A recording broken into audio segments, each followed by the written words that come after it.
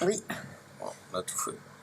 On était dans des vraies conditions, des super conditions, des vraies conditions de scène, en fait, de concert dans lequel on va être.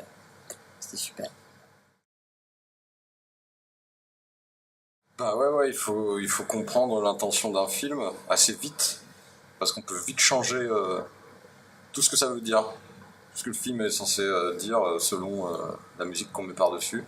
Si ça peut le rendre triste alors qu'il est marrant, ça peut le rendre marrant alors qu'il est triste, par exemple.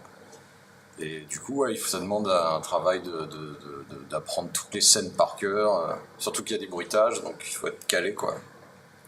Tight. Tight.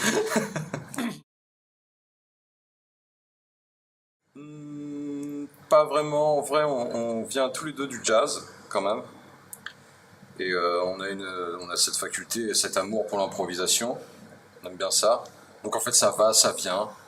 Les idées changent, elles ont été modulées.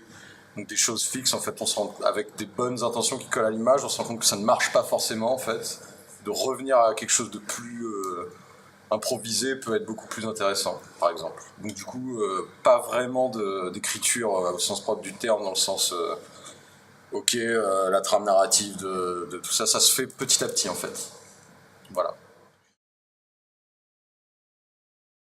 Voilà, je me suis équipée de toute la gamme des flûtes. Je voulais aussi d'ailleurs m'ajouter des flûtes traditionnelles, mais il a fallu s'arrêter. Il a fallu ouvrir la palette des possibles, quoi. Donc ça a été par les flûtes, toutes les tessitures, flûte basse, alto, piccolo et toutes les pédales qui sont là, qui me permettent de faire la même chose. Et évidemment la beatbox, qui me permet aussi d'ouvrir une autre. Bah du coup ça change la manière d'écrire la musique. C'est-à-dire qu'il faut faire avec cette contrainte.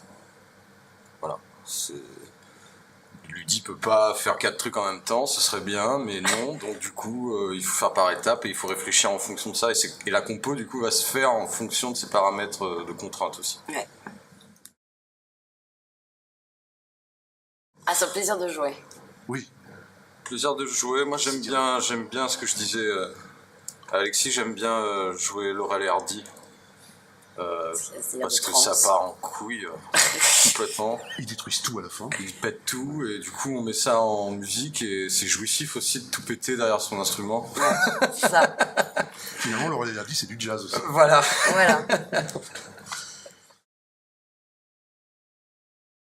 On leur a joué un morceau, un film déjà, et je leur ai expliqué un peu ce que j'utilisais, comment je l'utilisais et pourquoi. Et comment ça fonctionnait un petit peu. Donc déjà pour des flûtistes, jouer amplifié, c'est quelque chose qui n'est pas forcément naturel ou habituel. Donc voilà, jouer dans un micro. Pourquoi ? J'explique aussi parce que les autres instruments avec lesquels on joue, etc., ça dépend de l'esthétique.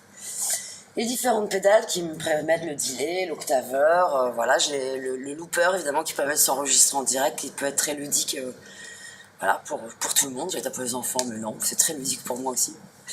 Et donc je les ai fait essayer, puis je les ai fait essayer des différentes flûtes, surtout la flûte basse, dont ils n'ont pas trop l'habitude d'en voir une.